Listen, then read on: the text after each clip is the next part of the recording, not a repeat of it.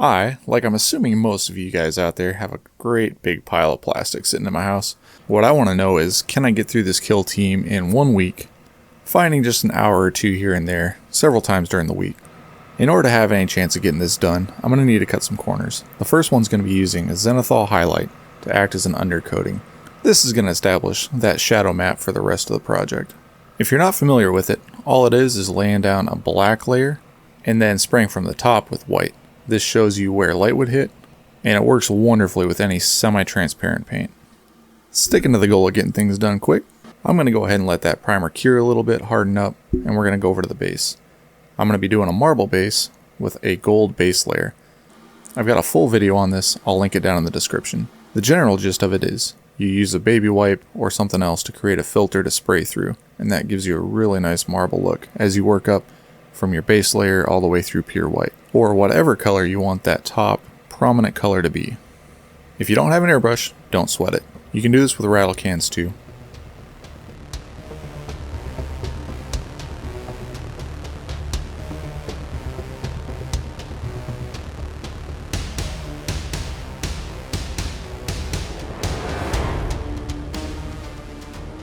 Now that our primer's had at least a little bit of time to set up, I'm going to come back in with some transparent purple. This is a beautiful color from Pro Acryl, and the thicker you lay this on, the darker it's going to look. Another great way to lay in some shadow.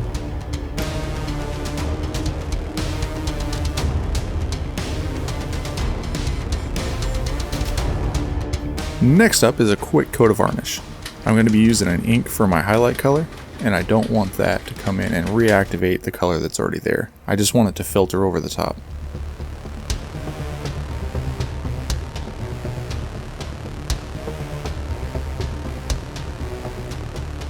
This looks great, but I want to push it a little further, so I'm going to come back in with some pure white and put highlights in. This is going to give me a chance to come back in with that ink again over the white and get it really bright, really vibrant. I'm just looking for that maximum amount of contrast between my highlights and my shadows.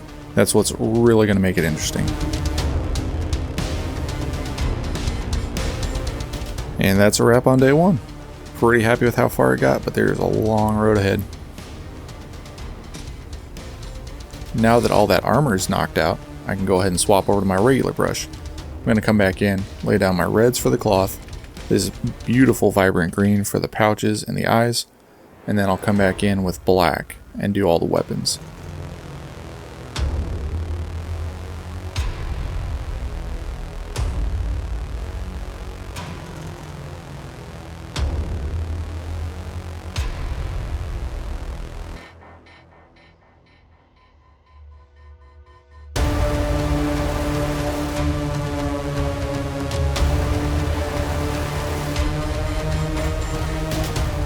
And the black here, this is the tricky part. I've got this beautiful airbrush gradient going on, and there's just no way I'm going to be able to recover it if I mess it up at this point. So everything's going to take me a little longer. Sometimes while you're working on a project, going slow may feel like it's costing you a lot of time, but just think about all the time it's going to save you if you be careful and don't have to go back and do those corrections.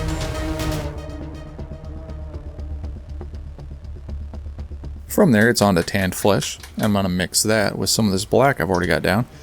This will be the color that I use for the hilts, the faces, and a couple little things here and there.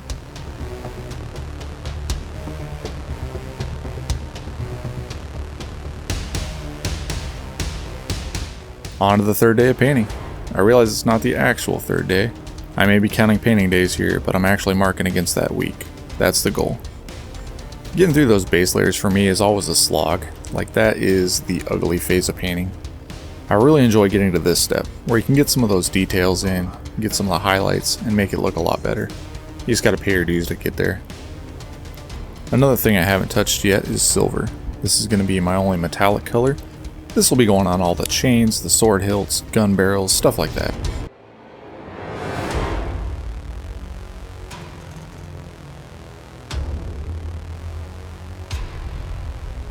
Depending on who you talk to, metal flake possibly contaminating other paint can either be the worst thing in the world, or it may not even be a consideration for you. I probably don't actually need to be this particular about it, But I'm going to go ahead and wash my brush, use a little bit of brush soap, and then I'll come back in with some clean water tomorrow. Painting day 4, and I need an air purifier. I don't know what's going on down here. Jumping into the wash, now it's time to get the recessed shade. This is some Nuln Oil Gloss. I really like that product. It seems to get into the crevices really well, and you can clean it off the surfaces just by continually moving it around and then coming back in with a damp brush later on. You don't want a ton of water in there, but something just to help you pull that off your highlights and all those smooth surfaces.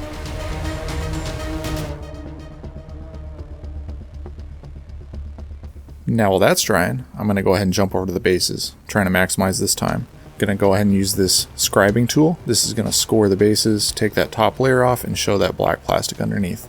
This is a super easy way to get those nice tile lines in there without needing to go back and paint the tile line in.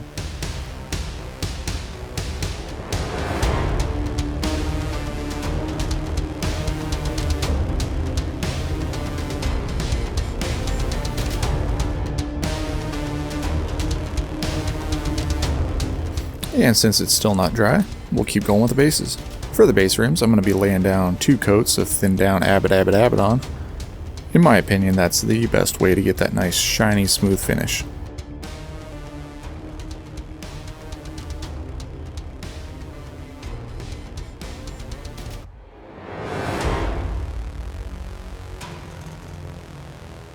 Alrighty, bases are done. Guess it's time to go back to the models. And I'll jump in with some edge highlights. I'm going to be custom mixing some gray.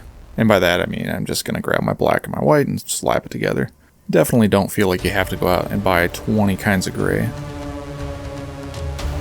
Once that's down, I'm just going to come back in with a tiny bit of bold titanium white and kind of dot up some of these areas to give a little bit of variation in that highlight.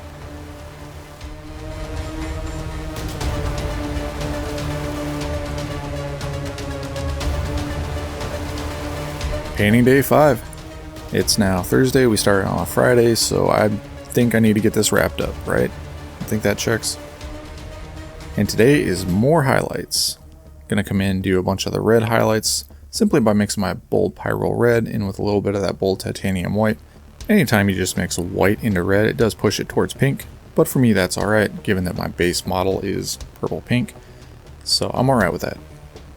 If that's not what you're going for, you want to use a tan or an orange to mix in. Then from there, I'm going to grab my pink and add a little bit of white to get my highlight for the armor.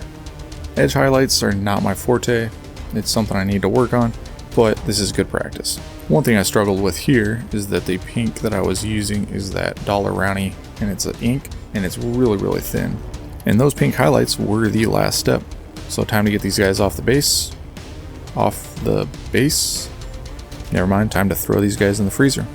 And the reason they're going in the freezer is because they're on here with super glue. The idea behind that is that when that super glue gets really cold, it's going to get brittle. And when it gets brittle, it's going to pop off real easy, making it much easier for you to get these things off without doing any damage.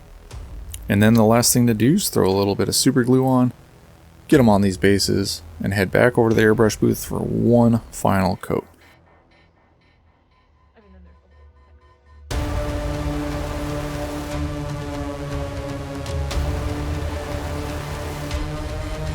It's going to be just a matte varnish.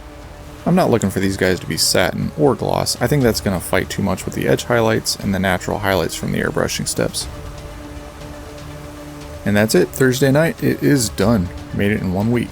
This Hand of the Archon team was a blast to do. It's my first proper Drukhari models, and they were a good time. I really enjoyed them. It's a real shame that the Soul Shackle box sold out so fast. I hope you enjoyed the journey, and I hope it showed that an hour here, 2 hours there, you can still get through it. You don't have to have like all day painting sessions. It'd be nice, but if you're willing to sit down and commit to it, you can still get that stuff done.